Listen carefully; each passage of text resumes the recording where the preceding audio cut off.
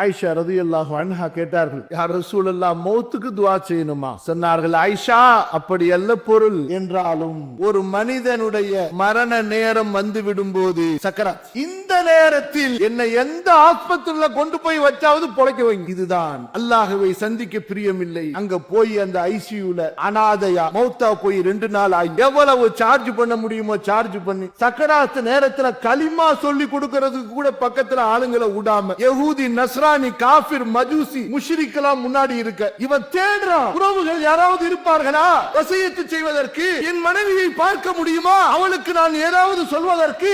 எனது பிள்ளைகளை பார்க்க முடியுமா? அவர்களுக்கு நான் ஏதாவது உபதேசம் செய்வதற்கு?